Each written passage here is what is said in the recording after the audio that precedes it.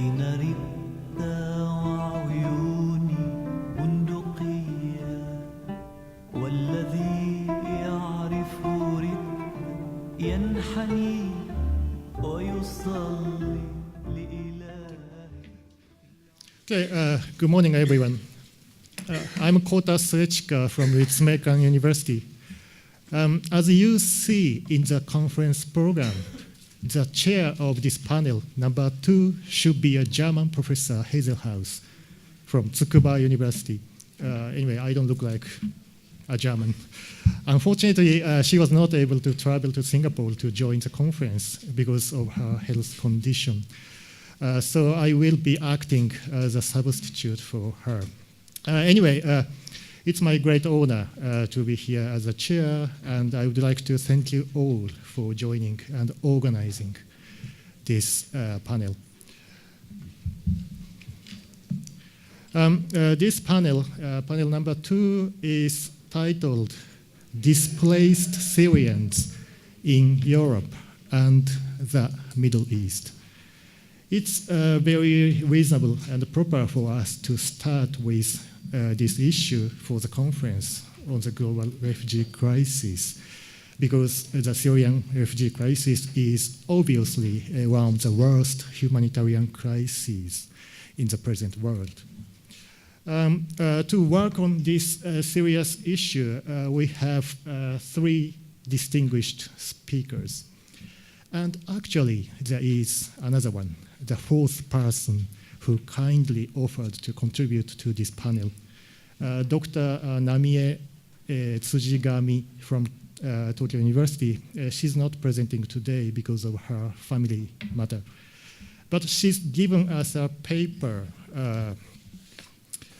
I think it should be available. The copy of this paper is available at the reception desk outside. So you can get it after the panel.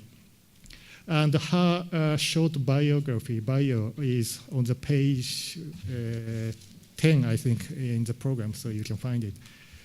Okay, let's move on to the presentations. I'm not going to spend or waste much time on giving you the speakers' info in details, just mentioning their name, affiliation, position, and paper title.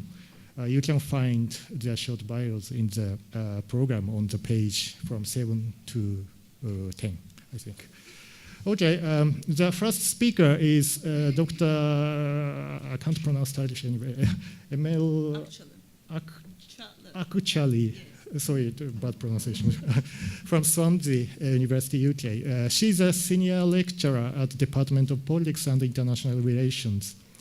Her paper title is The Little Aleppo, the Neighborhood Experiences of Syrian Refugee in Adana, Turkey, and the Limits of Refugee Governmentality.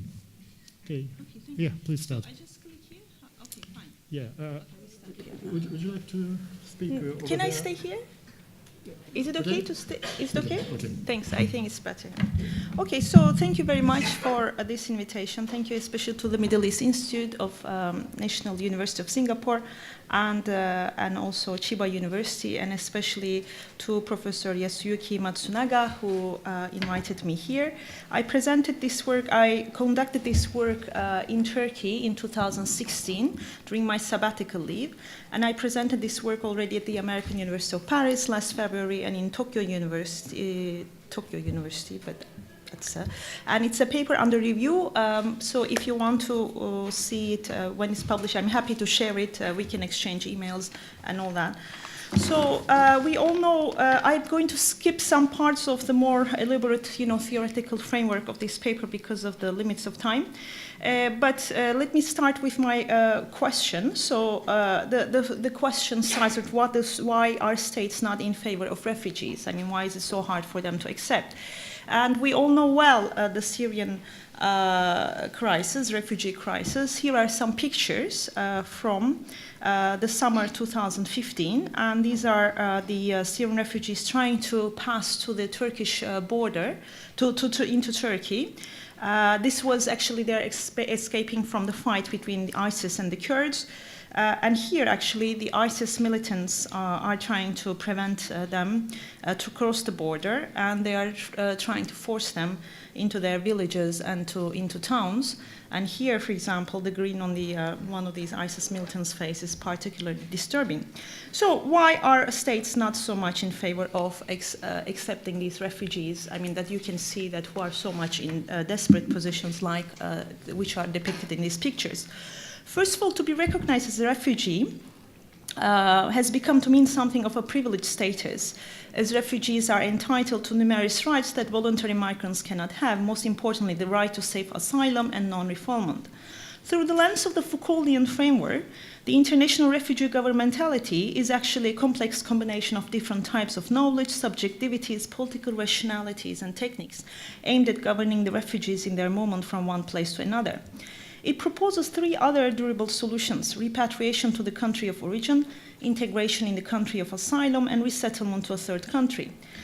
These solutions have, however, not been without serious limitations. For instance, there are no legal entitlements to durable solutions in the international refugee law, as they remain at the discretion of states. States are still the sovereign power in domestic and international politics, and they consequently exercise exclusive control over the entry of people into their territory of jurisdiction. Also, since most refugees have been hosted in states neighboring conflict-ridden countries, the burden of refugees has clearly not been evenly shared. Countries that could receive a larger number of refugees via resettlement are unwilling to share the responsibility, as only a small number of states can take part in UNHCR's resettlement program. In the new millennium, due to the rampant number of refugees, the focus of the international refugee regime has also moved from voluntary repatriation, resettlement, assimilation to attempting to control the inflow of people. Countries have become less willing to invest in building refugee camps, since the conflicts and/or conditions that produce the refugee influx are not unlikely to end peacefully in the near future.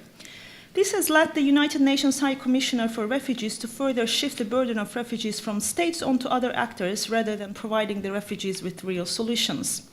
And Shell and Raj have accordingly labeled the UNHCR as a global police of populations. The European Union, another significant actor of international refugee governmentality, is also severely criticized for its asylum policy, which is argued to be not about improving refugee protection globally, but about protecting EU borders and reducing irregular arrivals to Europe. In 2015, for example, EU countries granted asylum to only 292,000 refugees against more than 1 million applications. So I used to, before coming to, this is also some pictures that we know, I used to work at Central European University in Hungary before moving to Swansea in 2016. And this is, I left Hungary in Budapest in summer 2015. I left for my sabbatical leave, actually. And before leaving, I mean, the summer 2015, there was a huge inflow of refugees to the Hungarian capital, and they were trying to move to Germany or to Western Europe from Budapest. And this picture is taken from Budapest Keleti train stations, and the train stations were full of refugees who were trying to find their way into Western Europe. And most of these people were sleeping on the station streets or without any protection and safety. And I have witnessed these scenes at first hand at that time, and some volunteers were helping them only with food and other products, but the Hungarian state reaction, the political powers' reactions actually to these refugees at the time were quite disgraceful. So a friend of mine, I would like to quote, I mean, this is a Hungarian photographer who took this photo, and I shared it in my social media, and a friend of mine said something, I mean, wrote a very nice comment about it, and I would like to share this with you. He says, his name is Zenon Stravinidis, he's a Cypriot Greek, and he says, I find the photo very moving. In this jungle, I can imagine violence and rape, but it takes considerable power of resistance to man's inhumanity to seek and get a nice erotic kiss. So there is hence consequently a clear need today to go beyond security concerns of distribution of aid as forms of refugee governmentality. For Brown, the real problem with refugee governmentality lies indeed in the ways in which we conceptualize the host countries as fixed locations and understand nation-states as homogeneous entities with homogeneous cultures. According to such understanding, refugees are viewed as connected to the essentialist notions of place, border, and identity. Territorially uprooted persons, such as the refugees, are therefore seen as torn loose from culture, powerless, and in danger of losing identity. To view refugees as uprooted and out of place means that their temporariness at the place of arrival is intensified and that they can never belong to the territory where they are refugees. For Nevzat Soğuk, on the other hand, refugees' presence both challenges and reproduces the state, since displaced people reveal the limits of territorial order by substantiating the failure of states to protect and care for their own citizens.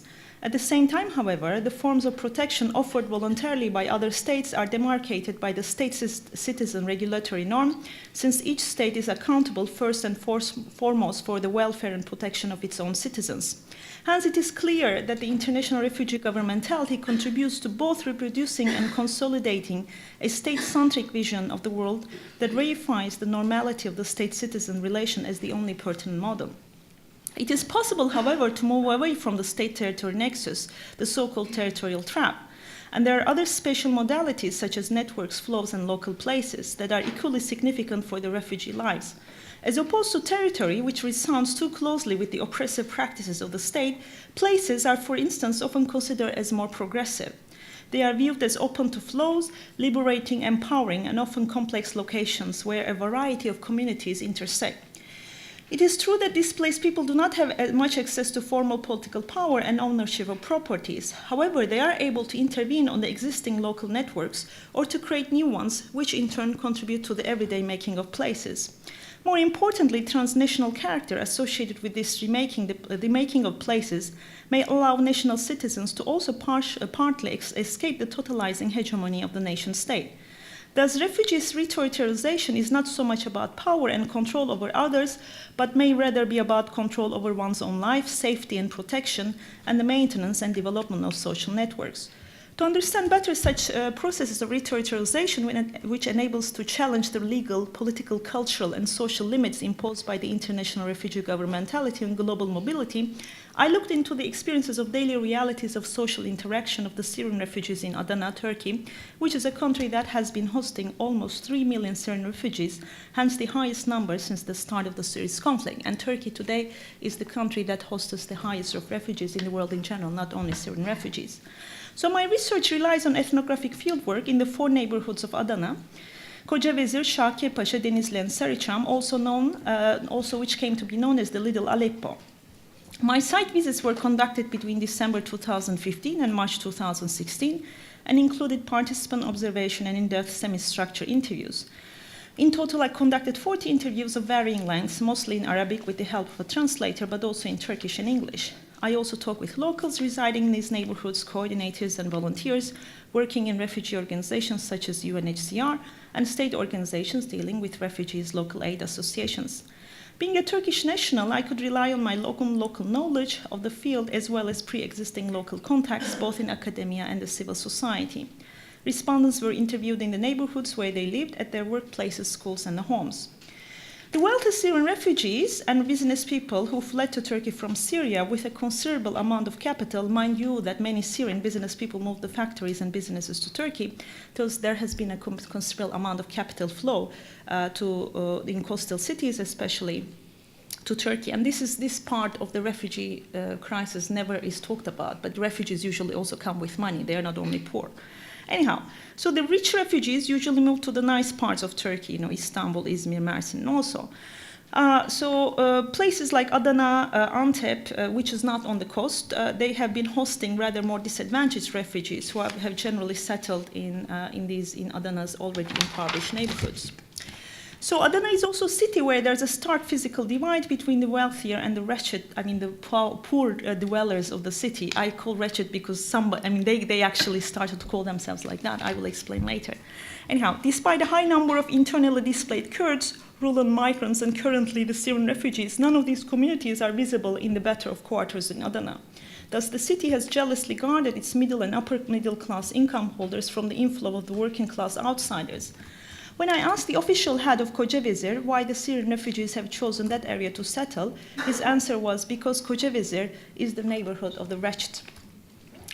Walking in the impoverished, neglected, and narrow streets of Kocaeli, I felt that this neighborhood was a juxtaposition of all the marginalized and the wretched of the entire city in one single locality. Poor Turks and displaced Kurds, rural migrants who moved to the city mainly from the eastern provinces, the politically undesirable, and the Syrian refugees, all living together, adding one layer of poverty and or marginality on top of another.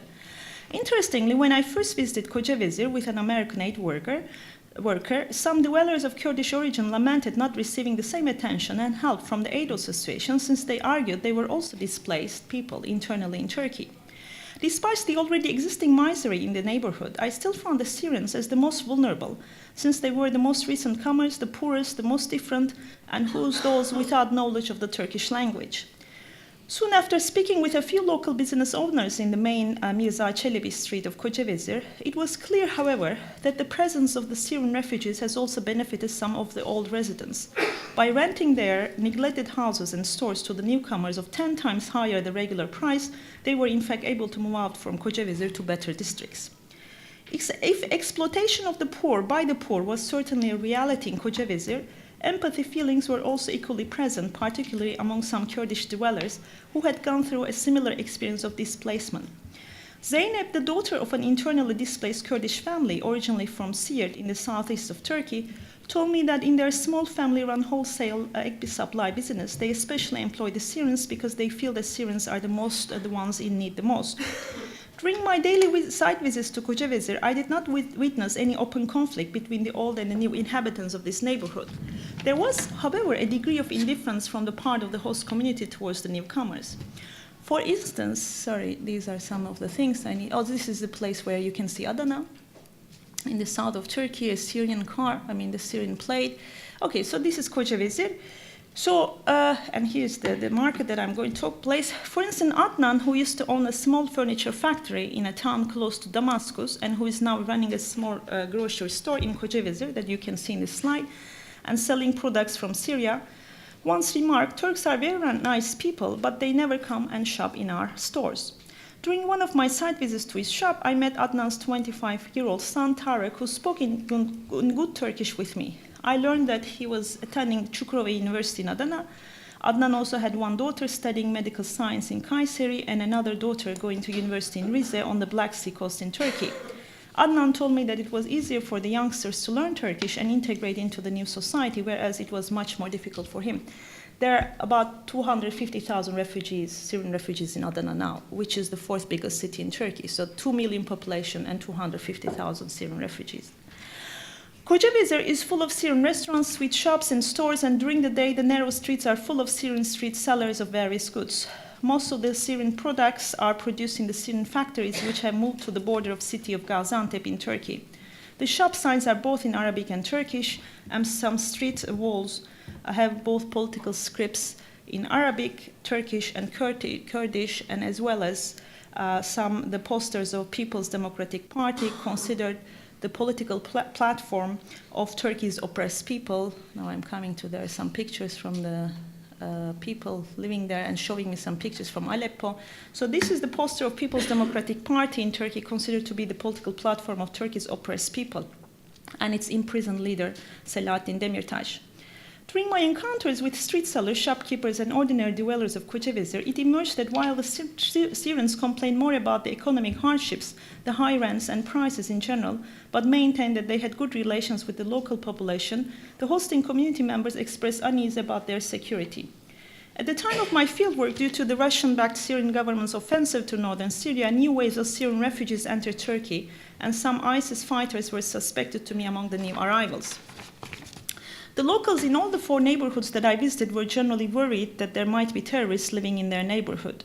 They also complained that their neighborhood had become more crowded, and this has added to their neglect and poverty. How much time do I have, please? 5 minutes and 30 seconds. Okay, so maybe I will just say, okay, so I'm now going to pass to my, by conclusion, to the main analysis, because I don't have much time. So soon after I concluded my research in Adana, I went to live in Marseille, France, for 6 months as a resident fellow at the Institute of Advanced Studies of Aix-Marseille University. And there, thanks to my Moroccan Arabic teacher, who was also a sociologist, I discovered Alantarius' brilliant work on étrangère. So these are some pictures also from the school, because now Syrians have been integrated into Turkish schools. In the morning, the Turkish students go to some schools, and in the afternoon, it's consecrated to the Syrian students and Syrian teachers, and they are able to educate themselves in Arabic as well. So this is also in Arabic. For example, there's another school there, and these are some of the paintings that are made by the school children in those. Okay, so this is the book of Alan Tarius, which is called Étrangère de Passage, Poor-to-Poor, Peer-to-Peer. And Tarius' argument is that the relationship of poor-to-poor goes beyond national frontiers, and that transnationalism does not only happen between the cosmopolitan elite or businessmen, but there is the globalization of the poor, realized for the poor and by the poor. In his work, Tarius concentrates on the bottom-up sides of globalization, which manifest themselves via transnational network of migrants, refugees, and which contribute to shape the margins of the global economy and society. This immense crowd of globalized poor and marginalized people, often localized in specific places, resonates well with the context of the neighborhoods that I visited in Adana. As Brown maintains, and as specified by Tarius, the process of how displaced and local people expand their networks, make livelihoods, and develop strategies to control their own lives is a form of reterritorialization. According to my observations of Syrian refugees' neighborhood experiences, there are various ways in which the Syrian refugees have realized this form of reterritorialization in terms of an everyday placemaking, which relies on the construction of local and transnational networks within their host society through working, trading, living together as neighbors, and through education as well. Moreover, through experience in observing the newcomers' difficulties, it was apparent that some locals could also relate this new situation with their own lived experiences, such as Zeynep, the internally displaced Kurdish in Kocavezir, and Oktay, I didn't tell the story, but the once bullied migrant boy in Germany, whose empathic experiences contribute to the establishment of transnational solidarity links from poor to poor and peer to peer.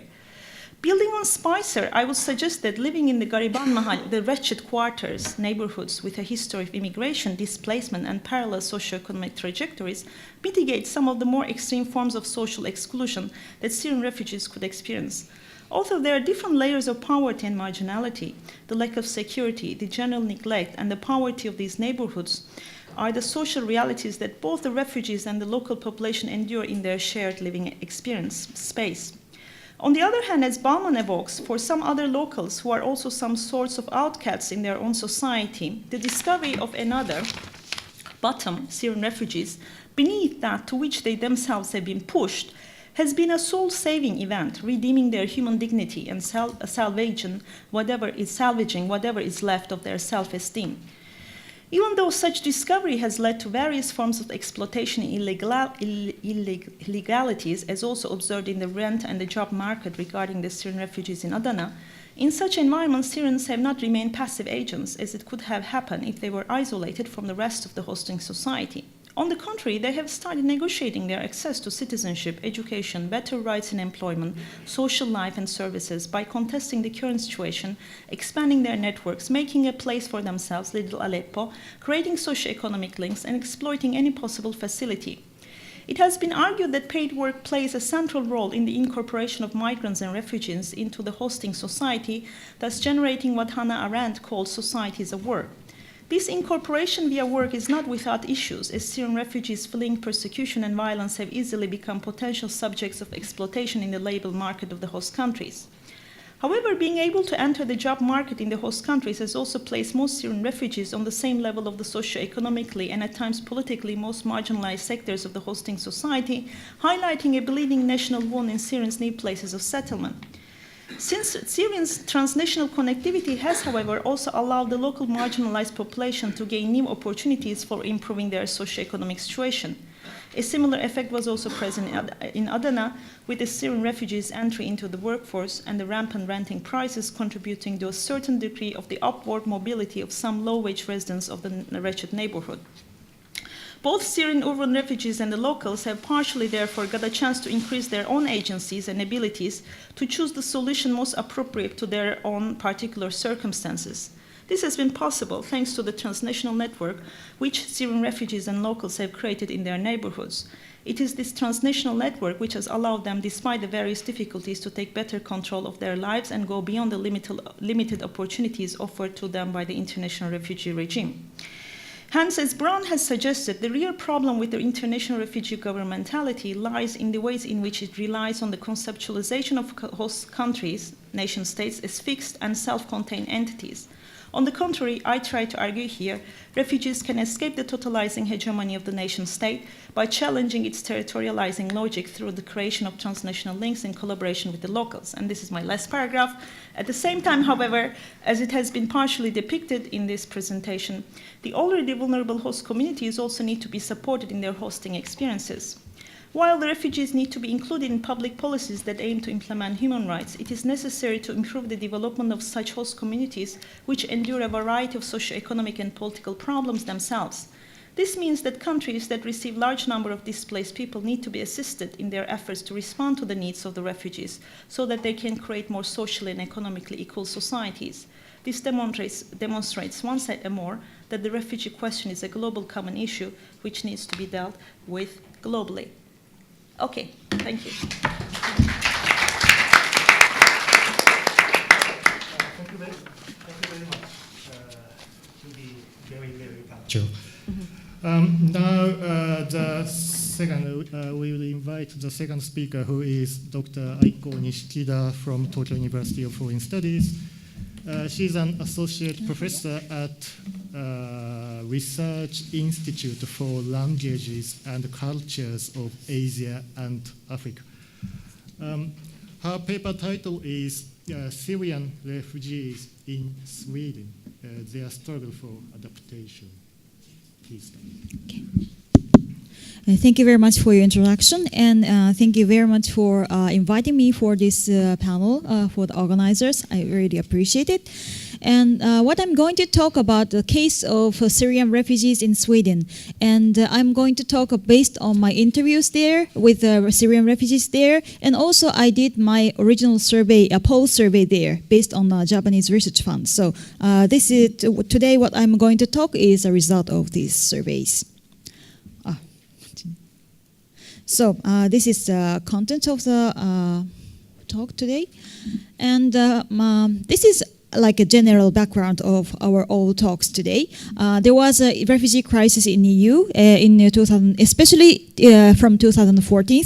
Actually, when we look more closer, this kind of like migration of refugees from the Middle East to the European countries continued even before the 2014, and it is until now continuing if we include refugees coming from northern eastern countries. But I mean, we can see some characteristics of big surge of the migrants. That is the issue, I think, for today. A refugee crisis in EU for receiving those flood of refugees. And of course, what we mostly know is about the incident of the drowned 3-year-old Syrian boy, Aylan Kurdi, which attracted our attention. And where do those countries, where do those refugees are accepted? We can clearly see from these statistics. The red graphs shows, like this graph shows, which country accepted. And yellow means the Turkey, and black shows the second largest number indicated is the Lebanon. How can I? Sorry.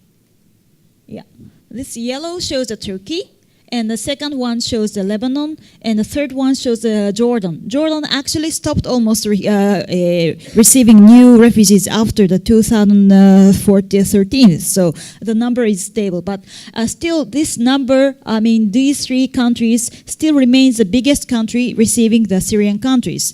And compared to those three biggest countries receiving Syrian refugees, the number of the refugees accepted in the EU, 28 EU countries, is still low. This blue line is the total number of the Syrians accepted in Syria.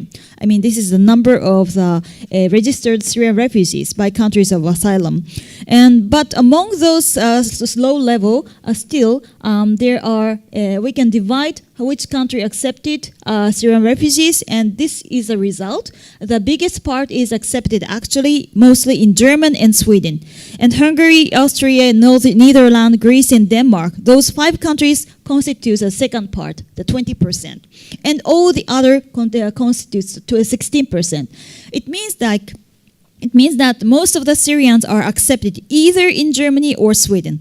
And I think Germany is very clear because it's the biggest economically developed country in the EU countries, and it has big population, big land. But compared to Germany, Sweden is, I think it's interesting because comparatively they have a smaller population, a smaller land, and still accepting Syrians as a second biggest country.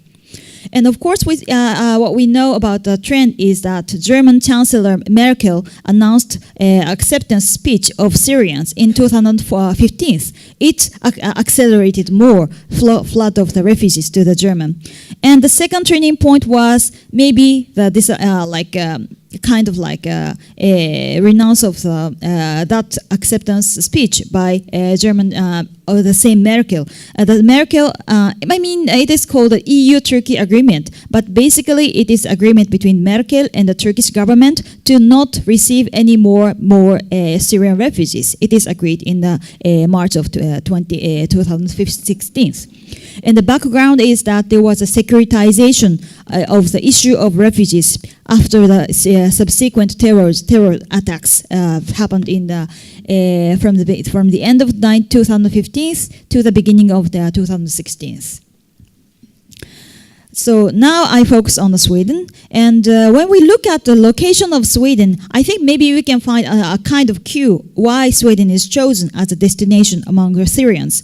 Because of course Sweden is part of the Nordic countries, a bit further from the Syria compared to the other European island like France or Germany or the other nations. But still Sweden is connected by bridge from Denmark. Denmark is here. Denmark is here, and from Denmark to the southern city in Sweden, Malmö, it is only 30 minutes by train. So it is actually logistically very easy for the refugees to arrive to the Sweden.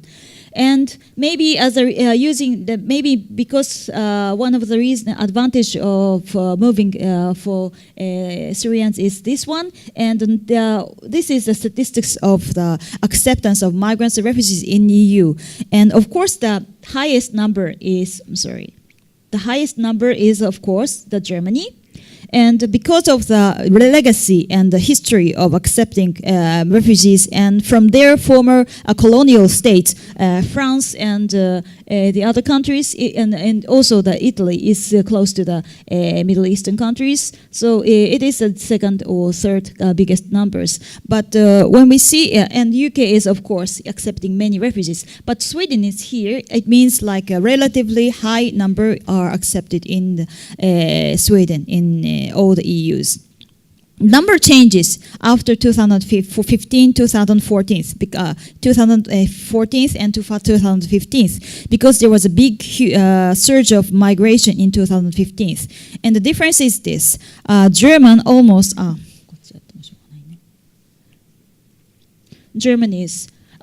There was a double increase of the acceptance of refugees in Germany. And compared to that double increase, Sweden is not really increasing in numbers, but still the same average of the number of refugees accepted in Sweden.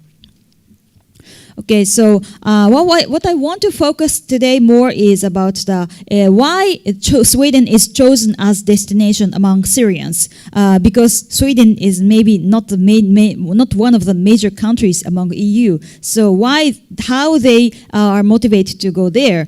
And one of the basic and critical point is actually the Swedish acceptance policy, I think. And when we see the acceptance record of Sweden, we can clearly see their policy called their policy of acceptance of migrants, refugees from war-torn countries. As this graph shows, As this graph shows, Sweden opened its border for Iraqi refugees the very day Iraq war broke out in 2003. And from 2006 and 2008, there was a civil war in Iraq. And this blue line is, it's a bit, This blue line shows the number of Iraqi refugees accepted in Sweden, and it shows during the civil war, there's a big surge of the number of accepted Iraqis in Sweden.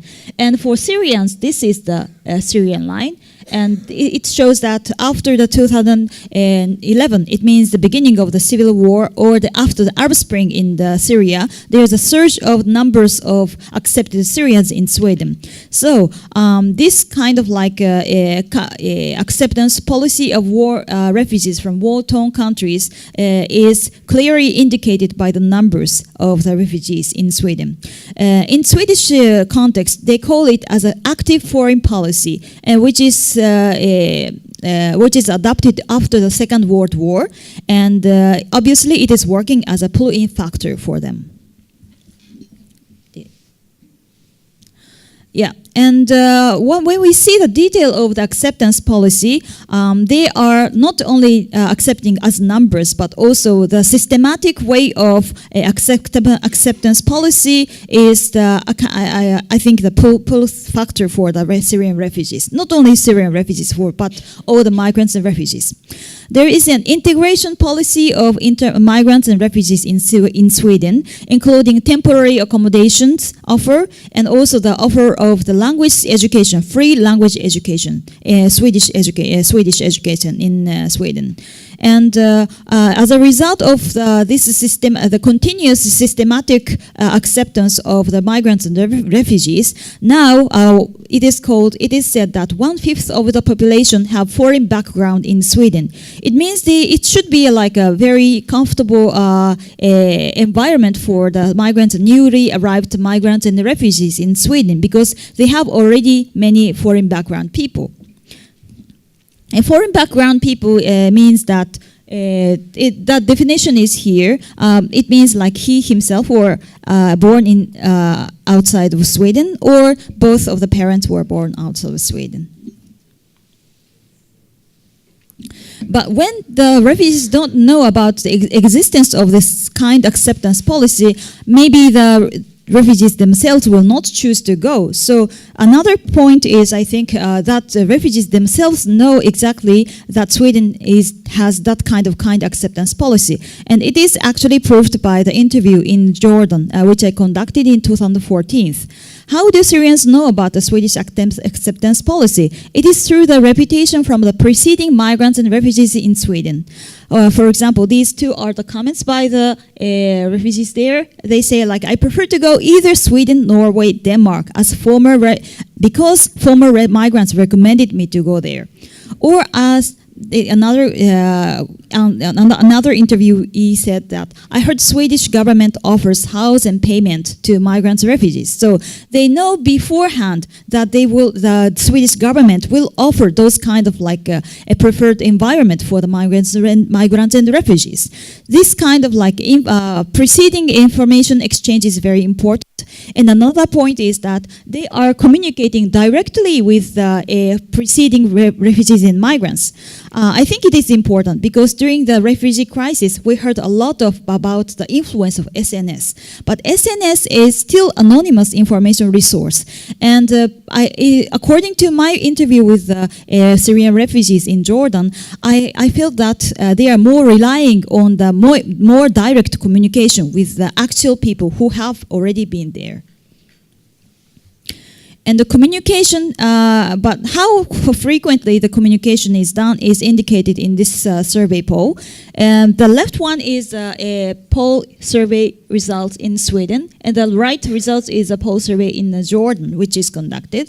And among Jordan, it shows the frequency of the communication with the relatives and families or friends living abroad. And it shows that in the left shows more frequent, and the right shows indicates the less frequent communication among those people. And the left, this one shows that almost so high portion of the refugees in Sweden say they communicate quite frequently with their relatives and friends compared to the people in the Syrians in Jordan.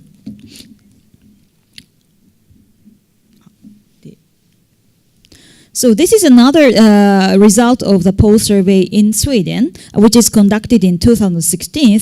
And this is a question about why you choose Sweden.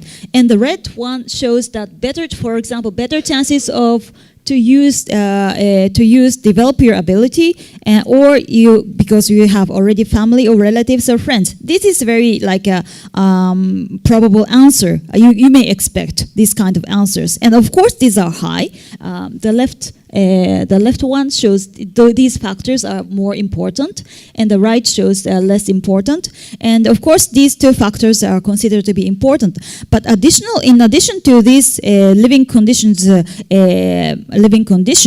also the easier migrant procedures are counted as a factor of movement. Like this second one shows like a kind acceptance policy accompanied by the humanitarian foreign policy of the host country. It is counted as a factor to promote the migration. Another this one this one also shows the similar tendency. Relatively easy procedure for entry and stay there, or the facilitate further migration by obtaining the ID cards. So these are migration conditions are considered to be one of the important issues as well. Okay, this is a kind of summary. So, and when the people moved to those countries, in what kind of environment do those Syrians are living? And this is, for example, the scenery from the Sweden. And Sweden is a multi-ethnic and multicultural city, which is hosting hosting many migrants and refugees. And it is not really obvious when we walk through the city center like this. It's more like it seems like a European normal city. But when you go to another migrants town, there are several migrants town in each cities, and this is a migrants town in the southern Sweden, Malmö.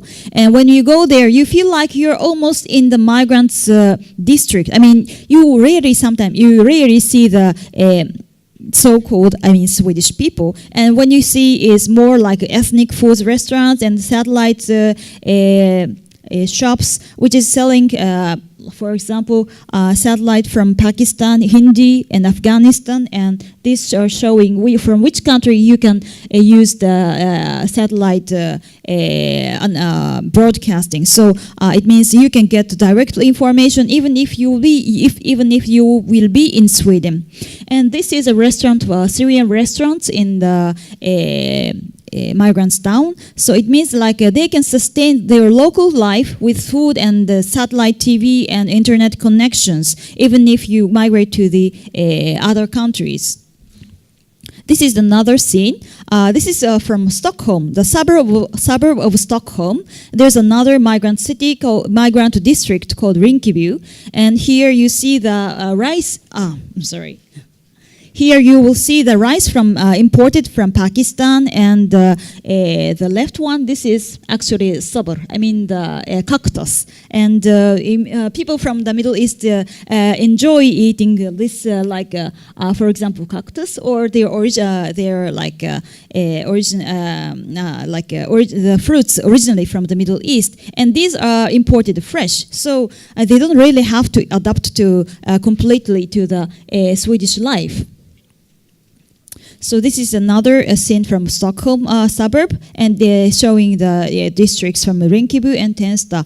And they are actually those migrants districts are mixed with refugees and migrants from many areas, not only Syrians but also including from India and Morocco and Ethiopia. And you can tell from the scene on the districts. For example, this is Babur, and the hairstyle shows all the hairstyles shown here is from the Ethiopian, and the shop's name is called Etio. So even for haircut and this clothing, these are from the clothing shop. It's a bit dark, but it shows a Moroccan souk, and they don't really have to. They can all the clothes, local clothes, are available in the migrants districts. Yeah, So for the cases, when we look at the cases of adaptation, this is one of the successful migrants family in Malmo, which I interviewed in 2016. And actually they are from Palestine, but they got nationality, Swedish nationality, and now enjoy safety and stability in Sweden. And they, the most important thing is their residence permit and Swedish nationality, which they could successfully obtain. And after that, based on that nationality, they can run the ethnic shops and they can run their own shop, and they are very stable life, and satisfaction is very high. And this right graph shows the level of satisfaction in the life in Sweden, and the blue shows very satisfied, and actually it shows a hope for further migration from Sweden. If you want to go leave Sweden and go to another destination for further migration, and if this rate is high, it shows they are not satisfied in life in Sweden. But it shows that like half of those population shows they don't feel like to migrate to the other countries from Sweden. It means not at all. They don't want to leave Sweden at all. It means they are quite much satisfied in the life in Sweden. But there are still problems, of course, for adaptation. And the most important thing is, as I mentioned, gaining residence permit. And before gaining residence permit, they have to apply for the ministry, and waiting during the period waiting for the answer, they are actually allocated to the isolated regions inside of Sweden, and wait for the answers in those facilities situated in those regions. And before they get those residency permit, they have to keep their good behavior, because the coordinator or the manager of those facilities are in good coordination. This is the term used in the interview, and they say like the facility managers are in good coordination with the migration office. So it means if there is any fight or misbehavior, there's a high possibility of their deportation from Sweden. So until they get residency permit, they have to keep silent, even if they are not satisfied in those remote areas. This is the picture of one of the remote. I'm sorry. This is one of the pictures in the facility in the remote area, Haparanda. It's in the border between Sweden and Norway.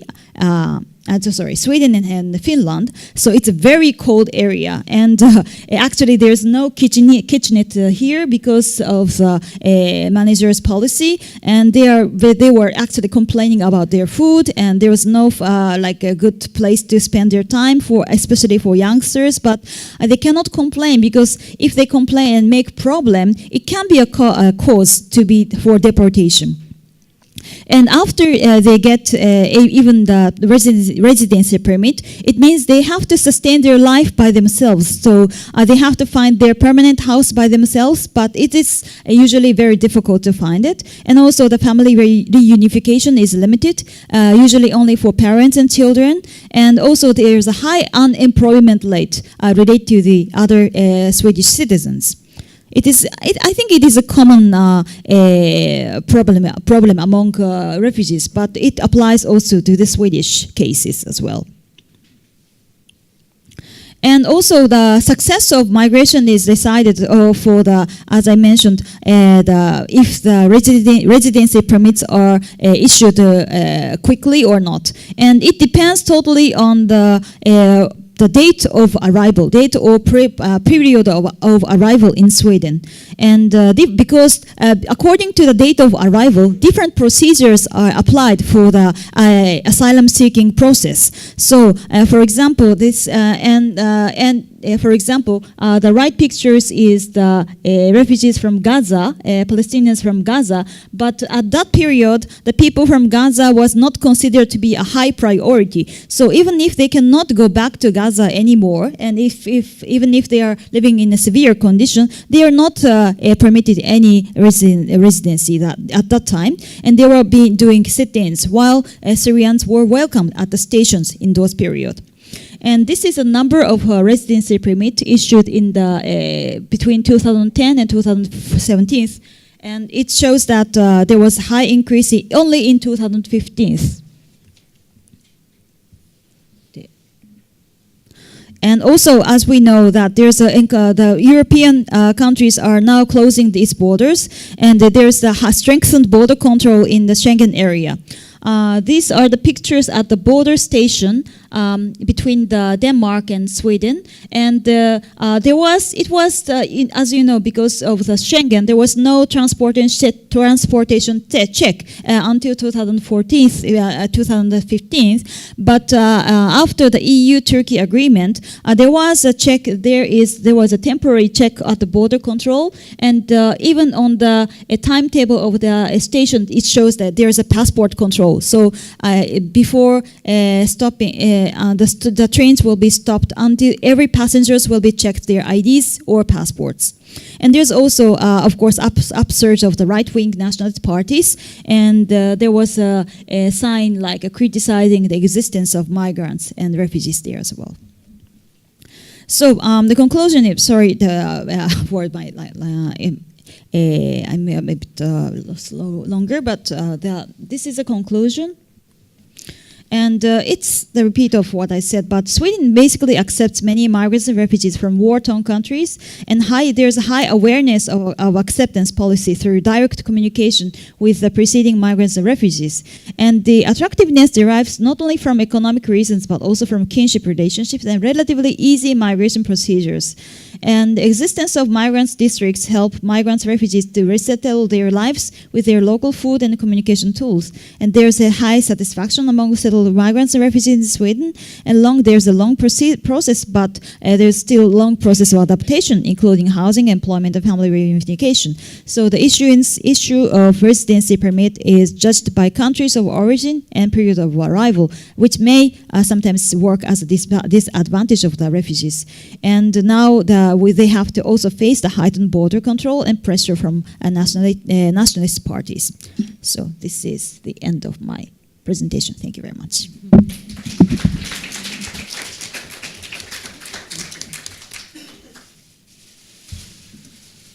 Thank you very much for a wonderful and very clear presentation. Then I'm pleased to invite the third speaker, who is Dr. Lawrence van den Boer. She is the founder and managing director of the Red Pencil, which is an international art therapy humanitarian foundation. Her paper title is Fostering Rehabilitation and Integration for Children and Families, Victims of War, Conflict, and Displacements. Sounds interesting. Please start. Thank you very much to the Middle East Institute, to Professor Ho, Professor Sakai for this invitation. And I would like also to start by thanking the previous speakers, because they have really put the perfect ground to what I would like to share with you today. So thank you for that. The Red Pencil is a humanitarian organization, so our priority is really to come and help all those people we have just been talking about, whether they are from the country of origin, where they have been displaced the first time in a country of welcome, whether they are continuing this displacement and go to another country. So in different levels of support, we are intervening. So the mission of the Red Pencil is to bring support through something which is still pioneering and quite novel, and which is arts therapy. And arts therapy is summarized as telling without talking. So what we do is we bring art, drawing, music, dance, movement as a way for people to express what is impossible to say through words. when people have been through traumatic events, the words can be very inadequate to express what they are going through and the consequences on their life, especially for the children who do not have a sophisticated vocabulary to express that. And so art comes as a very powerful and insightful and very in-depth healing process towards a better life. And I would like to give you a little bit more information about that through some example of missions that we have been intervening in. But before that, just let's go a little bit deeper into art therapy so you can understand what it is. So when someone is unwell and goes and see a psychologist or counselors or social worker, what the professional does is that they start from the life of the people, what happens in the life of the people, the attitudes in their life. Then they try to understand what are the feelings which actually trigger those attitudes. Then they go a little bit down below the level of water, if we can represent ourselves as an iceberg, and we go into an area which is a little bit more difficult, and what are the thinking process, known or unknown, of the person to actually trigger those feelings and triggers those attitudes. And then deep down, there are all those images of the past, which are very difficult to find through words. Where does art therapy comes into the picture is that we address those different level of intervention in one go, I would say. When someone relaxes and that there is no aesthetical purpose whatsoever, the person starts expressing on a drawing what comes up for them, and it can reveal their attitude, what's going on directly in their life right here and right now. But it talks about their emotions, it talks about their thinking process when there is a proper art therapist going along the person to understand how the drawing or the creation is actually the mirror of what really happens into the life of the person. And it also says things about what happened in the life of the persons in their past, and sometimes things which may have been forgotten. So art is very powerful because it brings all that on a drawing, and it takes a registered art therapist, someone who has a background in psychology and has a 2-year master degree in art therapy, to really entangle all that very gently and help the persons to make sense of the past and move forward something which is much happier.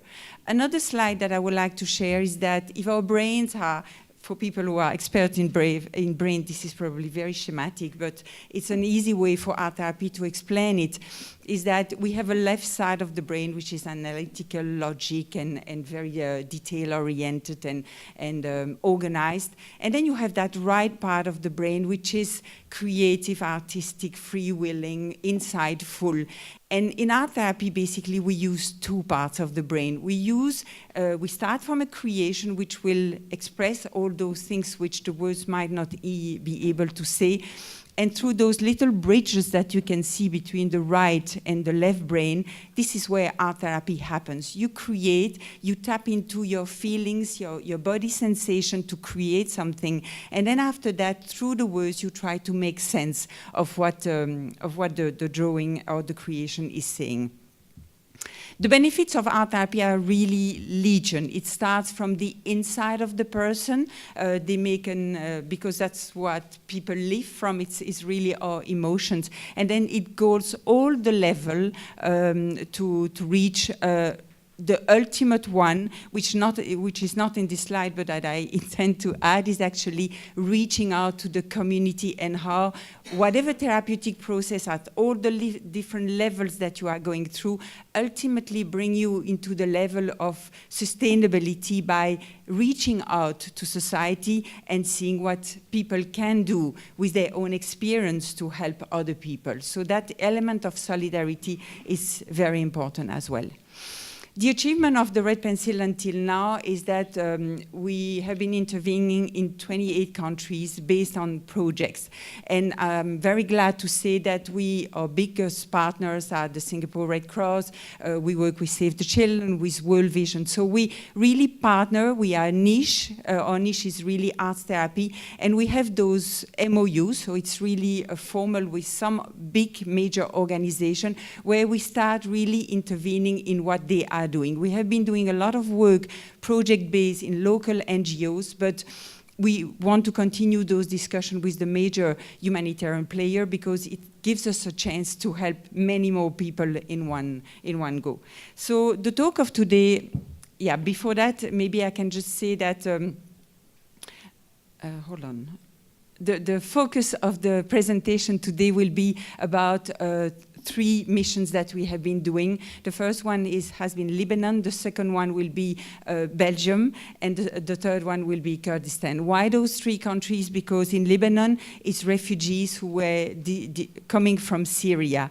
In Belgium, it's actually refugees which go to the next level. They have left the Middle East and then they are welcome in Europe. And I want to see with you what art can do for those people at that level for their integration into a welcoming country. And then the third one will be Kurdistan, which is a trainer to help the psychologists and counselors facing those children who clearly are mute. They really can't talk about what they are going through and what art therapy can do for them to unleash that expression, which is the essential first step towards healing and recovery. So before going into the countries, let's think about what are those people really undergoing. And it's very important to always put ourselves in the seat of those people and see what are the different steps that they have been living, what are the different traumas that those families have been through, and which makes them very, very vulnerable at some point, and how art therapy can help them. So Lebanon is the first country that I would like to address with you. In Lebanon, we have been intervening with different agencies, and we have been helping children, youth, adults, families, mothers. We have been really doing a lot of work during those 2 years. And again, let's try to understand what is, how important is the non-verbal expression, the safe space, the self-confidence and self-esteem. I think we said something about that earlier on, how it's important for people to reflect on what they have been through, understanding that it's important to understand so they can move onto a better future, feeling empowered, so tapping into the hero inside and say, well, if I am a child and I come from Syria and I'm displaced to Lebanon, and then after that I go to a welcoming country in Europe, what is left of the personality of that child, and how can that child, instead of putting all the emotion that the child might be still going through by not understanding why all that happened to the child, tapping into those emotions to become someone and to be willing to, again, tap into the hero inside and say, well, it's possible for me to tap into my experience to really make other people benefit in the future. So that's what we want to bring. If you think about some of the situations that Europe has been through when some youngster coming from difficult countries came to Europe and then had some inconsiderate act of violence toward the population in Europe, it's because we believe that those children have not been attended.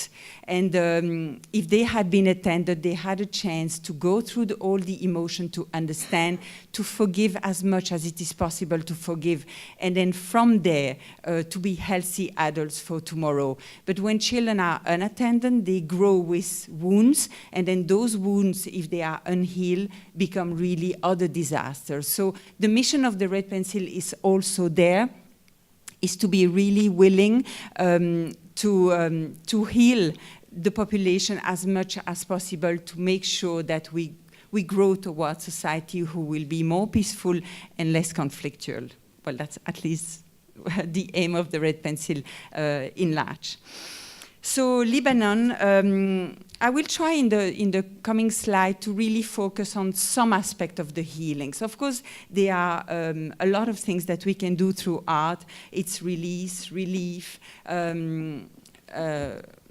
respond to what's happened, reflect, recover, repair whenever it's possible, and then restore our own life.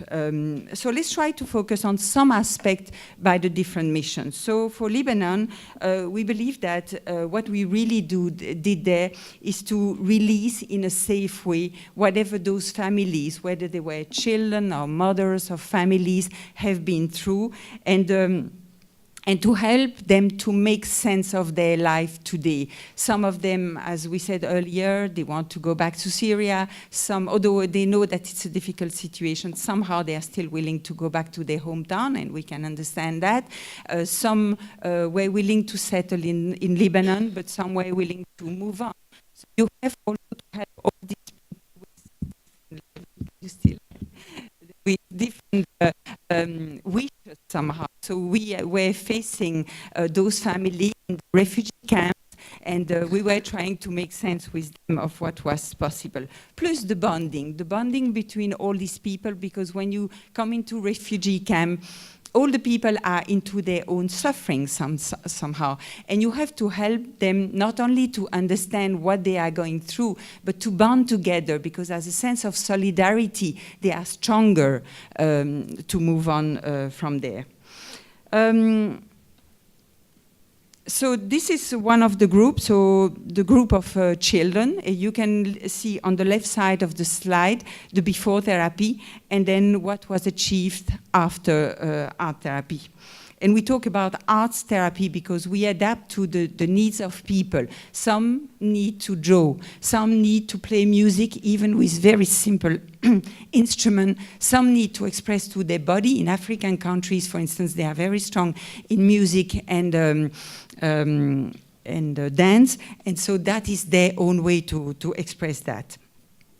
So the talking for the child which doesn't speak is already a huge first step in the overall healing process. So that is the first thing that we try to achieve in a playful way, because the part of right play in those situations is important for them to unlock. So when the words are not there, when the children could really not talk, you give a piece of paper, and art drawing is a very natural way for a child to express what are the emotions. For those who are parents here, you know that when a child has a piece of paper in front of them, this is something quite automatic for a child, and that we try actually to regain with adults as well. So drawing in itself, even when words are not pronounced, is already a healing process. And then for children, what I personally find very important is that concept that we talked earlier, finding the resources inside to become a hero from your situation, not to become another perpetrator for the future. Second group is, that's some drawings that you can see from children. We have, of course, a lot of drawings, and we have the testimonies, and we have sometimes the development from one drawing to the other to show the milestone that those populations are crossing from a vulnerable situation where all the emotions are outpoured on the frame that the drawing can provide, growing towards a reflection onto what do I keep on my drawing, what do I remove from my drawing, how can I add something positive or a new resource on my drawing, and then reaching our drawings which reflects peace, inside peace, and how they are going to contribute to society.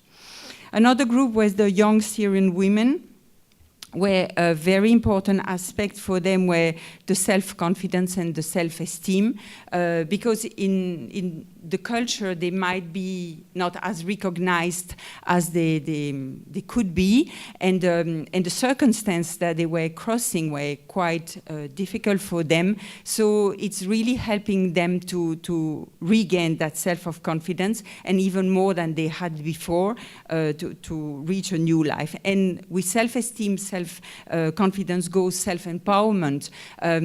now that they have left their country, we help them to see how can you develop, how can you become a fulfilled woman, and how can you help either people around you to have even a very small business, but to start something they are proud of and that can have a positive contribution to society. And yeah, so that's a picture of another of our, and then testimonies of, I will talk a little bit later about all the different testimonies that we have, and of course the assessment, the all-important assessment of the work that we are doing. The mothers, I will focus on one aspect, is a normalization of life. Everything has been shattered around them. So as a mother, they want to reunite family, to bring the children around them, but they have first and foremost to address, of course, their own emotions. And so the aspect of bonding, where they also want to bring the fathers and the husband into the picture, is very important as well. So that's another picture. And then, yeah, the next slide is about families in those camps. And yeah, the main aspect, I mean, into this one, what we have experienced, not the main aspect, because all the different stages of therapy are really very important, but that bonding aspect, including the fathers. And then just as an anecdote, when we were in Lebanon, we actually took 2 volunteers who came with us from a big organization who is sponsoring the Red Pencil and the work that we are doing. And we were very glad to have those 2 men, because the art therapists are mainly women. But the men did sport with the children when therapy was not happening. And the influence of those men were very strong, because the husband in Lebanon and of those families had a tendency to stay outside of the gate and outside of the place where we were doing therapy. And because we had those 2 men volunteers, they were role modeling for those men and say, come, we do the drawing together, and then we play with the women and with the children, and all that gave actually a very positive dynamic that we didn't expect at the beginning. We just took them with us because they were willing to come and support, and that had a great influence, and we could really see the men softening thanks to that influence, and then you could really see family bonding taking place. So that was really fantastic. Second country I would like to address is Belgium. And Belgium is one of the countries welcoming refugees, and I could see on your slide that actually it's about the same number as Sweden. Belgium makes a remarkable effort to welcome the refugees, and I'm very unbiased because I'm Belgian, so of course, but it's because we are doing work in Belgium, and of course it's my country of origin that I'm very much aware of what's going on over there. FEDACIL is the government agency which is specialized into that and really taking care at different level, as you can see on the slide, and that we come as the partner of FEDACIL in Belgium for the refugee and to bring art therapy into the picture. So the objective of Belgium, you can read it on the slide, but of course the main objective is integration and harmony, not only for them, but for the welcoming country. Because if we want something to work, it needs to be a win-win partnership, in a sense that they come, they integrate, they make an effort, they start maybe speaking a little bit of one of the languages of Belgium, but the country must also make a tremendous effort to make sure that the community puts in place the right venues for those people to feel welcome and to remain who they are while they adapt to the country. So this is our main objective for Belgium, of course. But into that, of course, you have the different people that we are seeing. We have been working with children, 5, 11 years old, and again, it's about channeling their energy. Those children sometimes arrive on boats. They have lost everything, including parents, brother, and sisters. So you have those little ones, they are completely shattered inside. They just don't know what all that happens in their life. And of course, that gives rise to a lot of emotions, and not obviously the best one. So it's very important to to give a channel for those emotions, and session after session, drawings after drawings, to reframe the emotions, to reframe their mind also, and to become into something positive, and to say, well, I am now in Belgium, Sweden, France, Germany, wherever it is, and what can I do to create a new life? Very challenging, as you can imagine, for children who are 5, 6 years old, but I think all the countries are really trying their best to help them into that purpose. So that's, again, picture of children and of drawings. Another group is the youth, which is in between child and in between adult, you know, so they have already their own life challenges, and then on top of that they must adapt. So internal resources and resilience is very important. A little bit more drawings. Another group, which is adult asylum seekers. Okay, I need to go a little bit faster, so I would like really to go to the third country that we have been addressing, because it's an important one, and it's Kurdistan. It's a different mission that we have there. Our mission is basically to bring art therapy for the counselor, to help the children, to bring them a new tool, as I said earlier, but also to help themselves. Because as you know, when you help actually people to recover from whatever they have been through, the people who are going into those countries, when they come back, they come with also their own, they are affected by that. So you need to make sure that art can be also used for the intervening themselves, for the psychologists and the counselor who help those children. So we have a double purpose there, and we do it through a solid trainer. It doesn't match what is a master in art therapy, but we bring whatever solid we can for people who have already the right background into those countries. So I go a little bit faster on those. So those are the objectives.